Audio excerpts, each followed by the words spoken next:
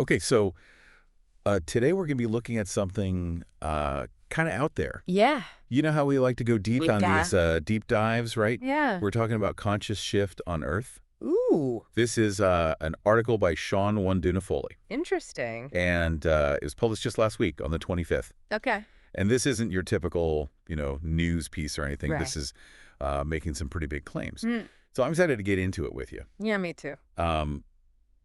The big idea here is that there's a huge shift in global consciousness happening like right now as we speak. Wow. Millions of people. The article claims are waking up, rejecting the old systems, embracing, unity and truth. Right. So that's the idea. Interesting. Have you noticed this shift? I mean, it's a big question, right? Yeah, it's a big question. But it's a good one to start with, I think. It is. What does it even mean to wake up like that on a global scale? Yeah, I think that's a great place to start. Yeah. I mean, because waking up sounds kind of, vague. Very mystical. Yeah. Very spiritual. But I think you can tie it to things we see happening all around us. Like, think about how many people are starting to really question authority. Oh, yeah. Like, really question it. Institutions, the media, leaders, everybody. There's a lot less trust, I think. Definitely less trust. And I think with that comes more demand for transparency. Oh, absolutely. Right. People want to know what's really going on. They want to see behind the curtain. Yeah. Yeah, for sure. And they're not just going to accept things at face value anymore. Yeah, and that leads to wanting change.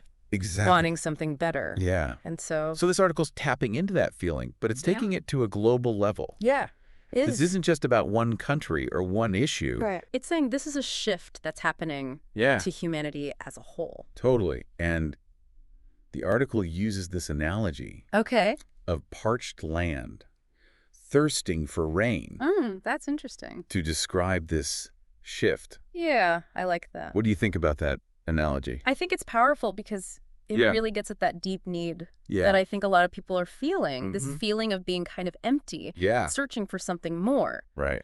So what kind of thirst are we talking about here? Right. What is that? It's not a physical thirst, obviously. Yeah. It's more like a thirst for, I think it's a thirst for authenticity. Oh. Like a longing for something real. Yeah. Something true. And how does that tie into... In a world that often feels very fake and superficial. Right. I think people are craving genuine connection, real meaning. Yeah. They want to know what they can believe in.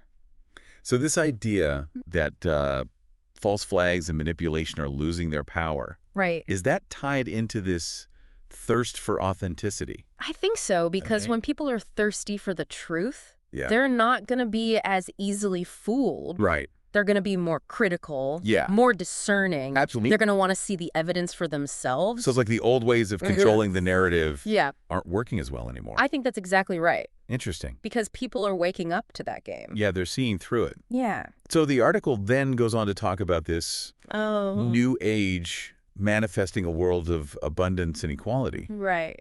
What do you make of that?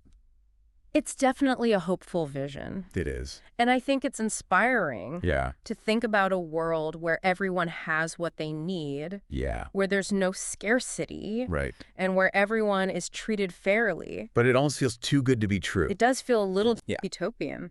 Yeah. Like, is this really possible? I think it's a good goal to strive for. Right. But it's important to be realistic about what it would take to actually create that kind of world. Yeah. I mean, think about it. Abundance and equality, they don't just appear out of thin air. No, they don't. Right. They require some pretty big changes. They require fundamental changes in how we do things. Yeah, in our systems. In our systems, in our values, in how we treat each other. So the article talks about a type 1 civilization. Right. What's that all about?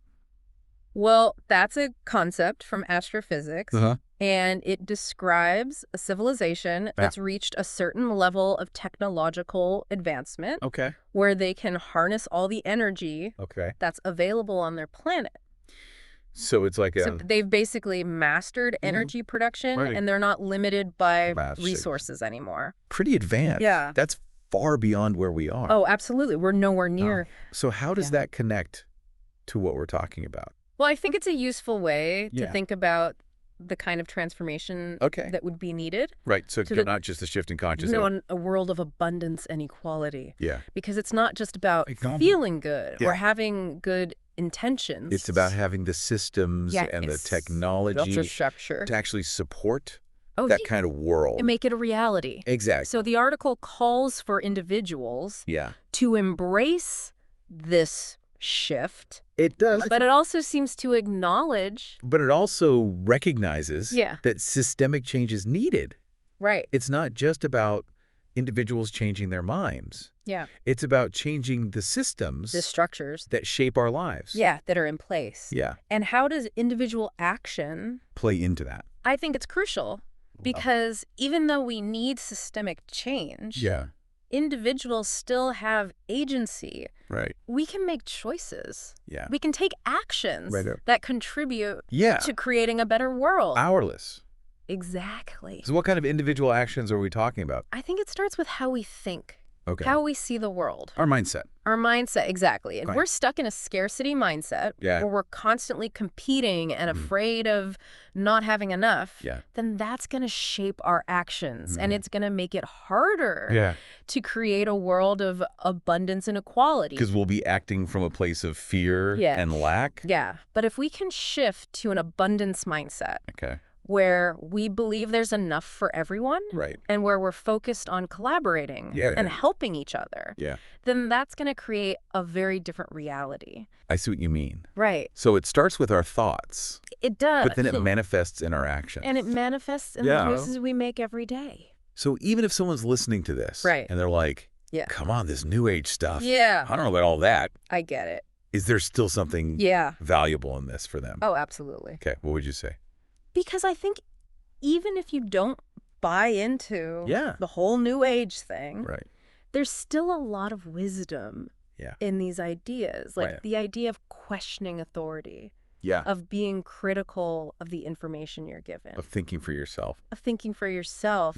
Of being discerning. And of looking for... Of looking for authenticity. Authenticity. Those are all valuable skills. Absolutely. No matter what you believe. And are you feeling called to action at all by any of this? You know, I think the thing that resonates most with me is this idea that we're not just passive observers in this supposed conscious shift. Right. We're active participants. Yeah. We have the power to shape the world around us. Through our choices. Through our choices, through our actions. And even through the way we interact with each other. Especially online. Especially online. Yeah. Where so much of our... Where it can feel like it's so negative. It can be very negative. And toxic. Yeah. Yeah. But we can choose to be a force for positivity. For good, for connection. For authenticity. I love that. Right. So it all ties back to that analogy of the parched land thirsting for rain. It does. Each individual action. Each drop contributes to the whole. Like a raindrop. Yeah. Yeah. That's beautiful. So even if you don't think a new age is coming. Right. You could still be a part. Of making the world a better place. Or by contributing, by being a source. Raindrop. Yeah. That's a beautiful way to put it. I think so. So maybe we can all help humanity reach that type 1 civilization status. Isn't that what just... In terms of technology. Who knows? But also, in terms of consciousness. It is. That would be something. Yeah. So that's a great thought to leave us with. Yeah. Thank you so much for joining me on this deep dive. Thanks for having me. Into the idea of a global conscious shift. Yeah, it's been a great conversation. We covered a lot of ground. We did. From the thirst for authenticity. Yeah. To the potential for individual action. To type 1 civilization. To type 1 civilization. It's all connected. And we encourage you, the listener, to continue exploring these ideas. And to think about. And see how they make these ideas apply to your own life. Apply to your own. Life and choices. Life and choices. Yeah. So thanks for listening. Thanks, everyone. And we'll catch you on the next deep dive. See you next time. See ya. Bye.